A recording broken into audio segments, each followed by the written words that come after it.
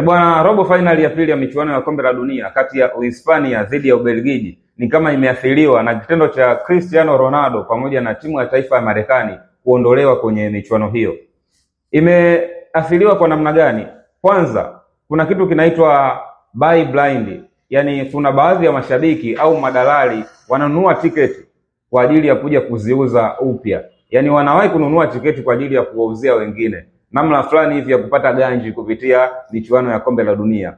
Lakini ganji ile ni kama imeenda kuathiriwa kwa sababu kwanza bei ya tiketi imeshuka kutoka kuuzwa dola 2,900 kwa baadhi ya siti mpaka dola 1,000 na something. Kwa hiyo kumepungua zaidi ya dola 1,000 kwenye hizo tiketi. Ni thamani ambayo inaarifiwa kwamba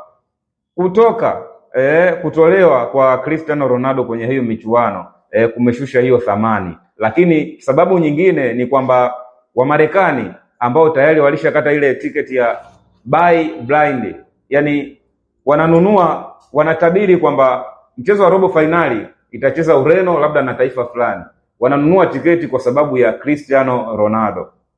Lakini wengine wamenunua tiketi ya buy blind kwa maana tunaenda kuishuhudia timu ya taifa ya Marekani. Sasa baada ya Marekani kutolewa, baada ya Cristiano Ronaldo kutolewa kwenye michuano, ile buy blind haijaweka out kwa maana ya utabiri ambao wameufanya haujatimia.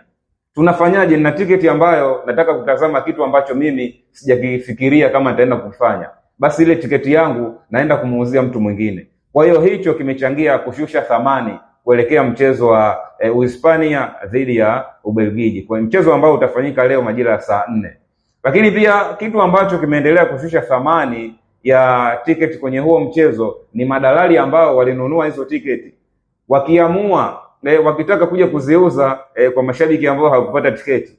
Sasa ili kurejesha faida inabidi uziuze cheap ili uweze kurudisha nusu hasara. Kwa hiyo kutolewa kwa Cristiano Ronaldo lakini pia timu ya taifa ya Marekani umeathiri ile bei halisi kuelekea mchezo huo. Mimi naitwa Zingo, endelea kuifuatilia World Sports.